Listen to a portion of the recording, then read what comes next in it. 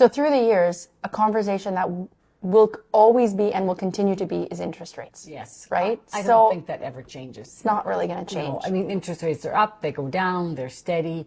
I remember the 80s when they were the 21%. I know we've all talked about that. And people will argue and say, okay, well, that's the 21% interest, but that's fine because you weren't paying that much for your property. Correct. But you're still paying 21%. We're not 21% today.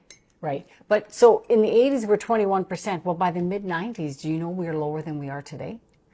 So if you think about it, if you're buying when the rates are high, like they are now, they're going to come down in the next 5-year period when you're probably going to be refinancing.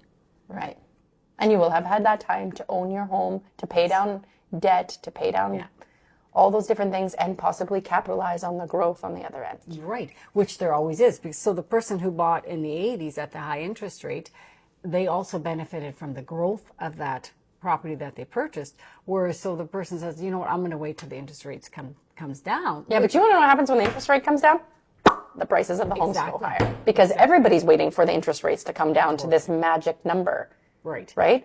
Which, in reality, when we were at that 1.8%, that wasn't real. I mean, no economy will sustain that interest rate. You're always going to have a little bit higher than that. Right.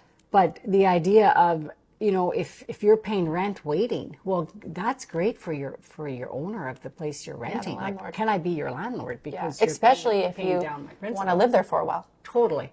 So when is the right time to buy with interest rates? You know, whenever you find the house and you have the money put aside to do it. That's the right time, when it's right for you.